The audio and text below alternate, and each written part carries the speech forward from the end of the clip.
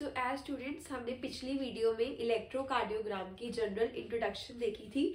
तो इस वीडियो में हम जो भी उसका मेन अंडरस्टैंडिंग पोर्शन है कि कैसे हमें ये वाला ग्राफ ऑब्टेन होता है, ये ग्राफ क्या सिग्निफाई करता है, वो चीजें हम इस वीडियो में कवर करेंगे। ठीक है, ओके।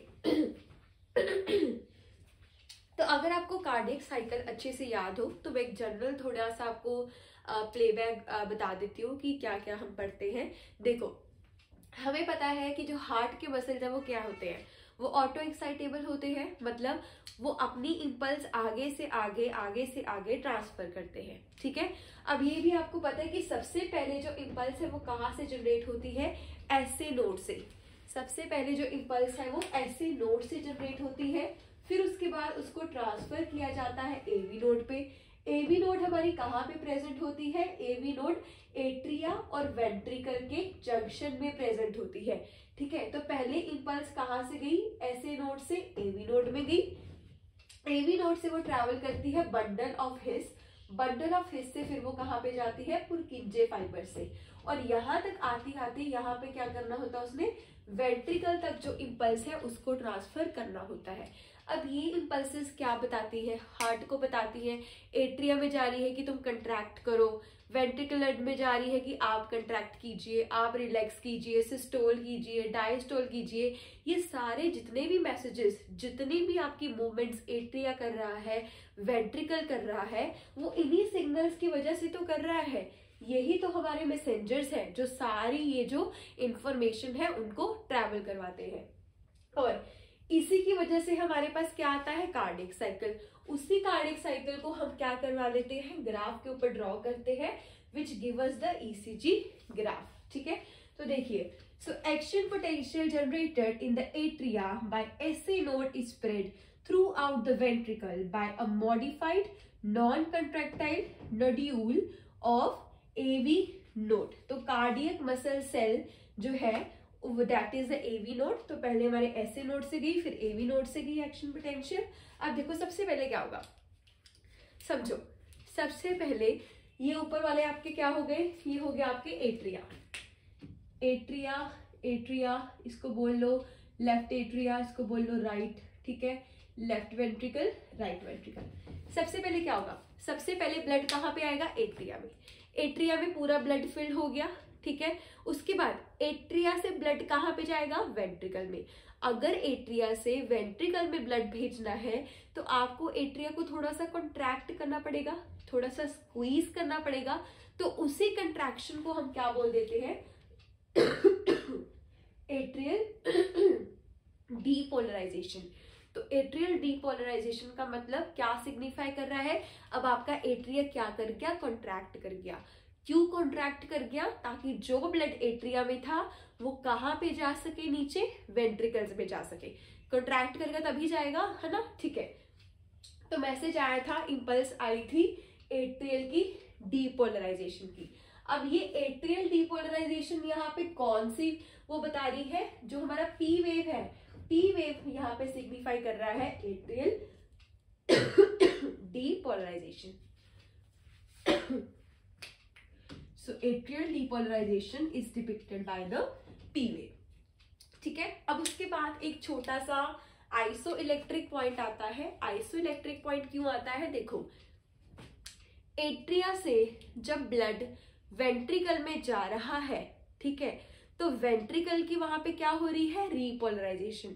जब भी कॉन्ट्रैक्शन बोलूंगी इसका मतलब समझना है स्क्वीज कर रहा है, कॉन्ट्रैक्ट कर रहा है। डीपोलराइजेशन था कि जो हमारी पी वेव है ये क्या सिंबलाइज कर रही है, ये सिंबलाइज कर रही है आपकी एट्रियल डीपोलराइजेशन।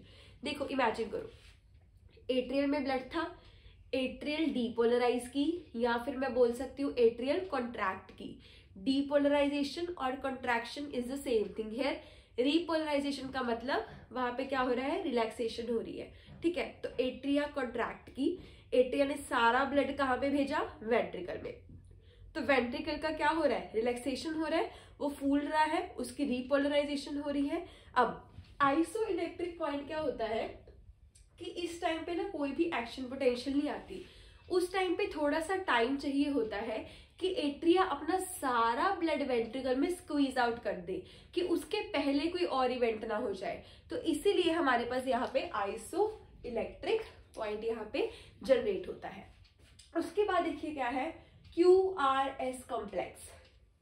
QRS कॉम्प्लेक्स देखो क्या रिप्रेजेंट कर रहा है, वेंट्रिकुलर डीपोलराइजेशन और एट्रिया रीपोलराइजेशन। अब इसका देखो क्या मतलब हुआ, एट्रिया रीपोलराइजेशन, इसका मतलब कि एट्रिया ने तो नीचे ब्लड दे दिया, पर ऊपर एट्रिया में भी तो ब्लड आ रहा है, सिस्टम तो चल ही रहा है, डीऑक्सीजनेटेड ब्लड आ रहा है लगातार राइट एट्रियम वगैरह में। तो एट्रिया के साथ में क्या हो रही है, रीपोलराइजेशन।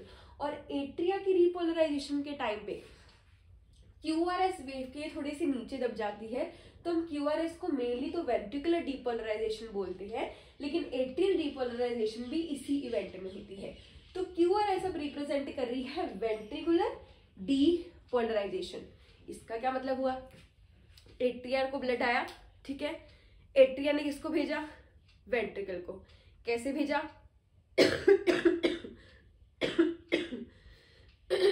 सॉरी, तो एट्रिया ने कैसे भेजा, कॉन्ट्रैक्ट करके भेजा, वेंट्रिकल ने रिसीव कर लिया।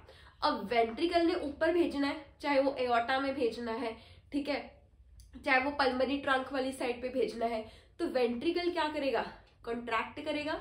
तो उसी फेज को क्या बोल दिया मैंने, वेंट्रिकुलर डीपोलराइजेशन। ये हमारा किसने रिप्रेजेंट किया, QRS कर्व ने। अब उसके बाद क्या होगा, वेंट्रिकल रिलैक्स हो जाएगा, जिस इवेंट को हम क्या बोलते हैं, वेंट्रिकुलर रीपोलराइजेशन। तो कुछ नहीं, बस आपने 2 बलून्स ले लेने हैं, एक में पानी भर दिया, पानी को स्क्वीज किया, नीचे में चला गया, नीचे वाले को स्क्वीज किया पानी, फिर से ऊपर या फिर इधर चला गया, ठीक है, यही चीजें हो रही हैं, डीपोलराइजेशन और रीपोलराइजेशन। तो अब जो टी वेव है वो क्या सिग्निफाई करेगी, वेंट्रिकल की रीपोलराइजेशन की। अब आपका वेंट्रिकल क्या कर गया, रिलैक्स कर गया, now it is not a contracted state. अब उसके बाद कुछ इंटरवल्स हैं। देखो इंटरवल्स क्या होते हैं, एक होते हैं सेगमेंट्स, एक होते हैं इंटरवल्स। जो कुछ बड़े होते हैं ना, जिनमें सेगमेंट्स भी आ जाती हैं, तो हम उनको इंटरवल्स बोल देते हैं। जो छोटे छोटे सेगमेंट्स होते हैं वो हमारे थोड़े लोअर लेवल पे आ जाते हैं, मतलब कि सबसे पहले स्मॉलेस्ट यूनिट सेगमेंट होगी, फिर सेगमेंट्स बहुत ज्यादा जब मिल जाती हैं तो वो सारी क्या बना लेती है, इंटरवल्स बना लेती है, ठीक है। देखो पहला है PR इंटरवल। PR इंटरवल कहाँ से हुआ, यहां से लेकर और ये यहां तक, ये हो गया आपका PR इंटरवल। क्या सिग्निफाई कर रहा है, एट्रियो वेंट्रिकुलर कंडक्शन, ठीक है, कि एट्रिया और वेंट्रिकल में हमारा क्या चल रहा था, डीपोलराइजेशन और रीपोलराइजेशन चल रहा था ना, वो हमारा रिप्रेजेंट कर रहा है PR इंटरवल। उसके बाद देखो QT इंटरवल क्या रिप्रेजेंट कर रहा है, ये हो गया आपका Q पॉइंट, ये हो गया आपका T पॉइंट। ये बता रहा है वेंट्रिकुलर एक्शन पोटेंशियल, जहां पे डीपोलराइजेशन प्लस रीपोलराइजेशन। देखो यहाँ पे डीपोलराइजेशन, ये वाला जो बात है, ये यहाँ पे शुरू हो गया QRS में, अब इसके शुरू होने तक रीपोलराइजेशन, ये कौन रिप्रेजेंट करेगा, आपका T वेव। कंप्लीट रीपोलराइजेशन तक हमारे पास क्या है, T। तो यहाँ पे तो यहाँ पे हमारी क्या आ गई, ST सेगमेंट, ठीक है। तो QT इंटरवल हो गया, PR इंटरवल हो गया, नेक्स्ट है ST सेगमेंट ये वाली सेगमेंट, ये क्या सिग्निफाई कर रही है, ठीक है। तो एक ST सेगमेंट होती है, ये सिग्निफाई कर रही है कोई एक्टिविटी नहीं यहाँ पे चलती, नो एक्टिविटी इन हर्ट, ठीक है। फिर उसके बाद आता है RR इंटरवल, मतलब यहाँ जब R के पास खत्म हो रहा है, यहाँ जब कहानी शुरू खत्म हो रही है, दोबारा से जब दूसरा साइकिल आएगा इस R और उस R के बीच में सिग्निफाई करता है एक कार्डियक साइकिल। तो एक R और अगले R के बीच में जो भी इंटरवल आएगा वो क्या बताएगा कि वो आपका कार्डियक साइकिल रिप्रेजेंट कर रहा है। अब ECG की जनरल एप्लीकेशंस क्या है, क्यों हम इसको यूज करते हैं। देखो अगर आपको P वेव एलिवेटेड मिल जाती है ना, तो अगर P वेव का जो एलिवेशन है ज्यादा आ जाए, वो बताती है कि आपके एट्रिया में एक्सपेंशन है, इनलार्जमेंट है, एट्रिया का साइज बड़ा है, डिफेक्ट है।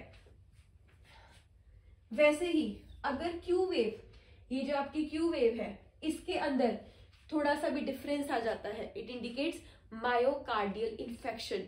तो हार्ट की सारी डिजीजेस ऑलमोस्ट आप ईसीजी से कवर अप कर सकते हैं। वैसे ही अगर क्यू वेव इन्वर्टेड हो जाए, उल्टी हो जाए, तो वेंट्रिकुलर एक्सपेंशन देखने को मिलती है। ठीक है, so these are all the things जो हमने इलेक्ट्रोकार्डियोग्राम में कवर किया है, और जितना हमने यहाँ पे किया है वो नीट लेवल के लिए भी more than sufficient, because it covers your NCERT portion, CSIR NET, ICMR, ठीक है, गेट के लिए it is more than sufficient. Okay, so if you like our videos, do subscribe and like our channel.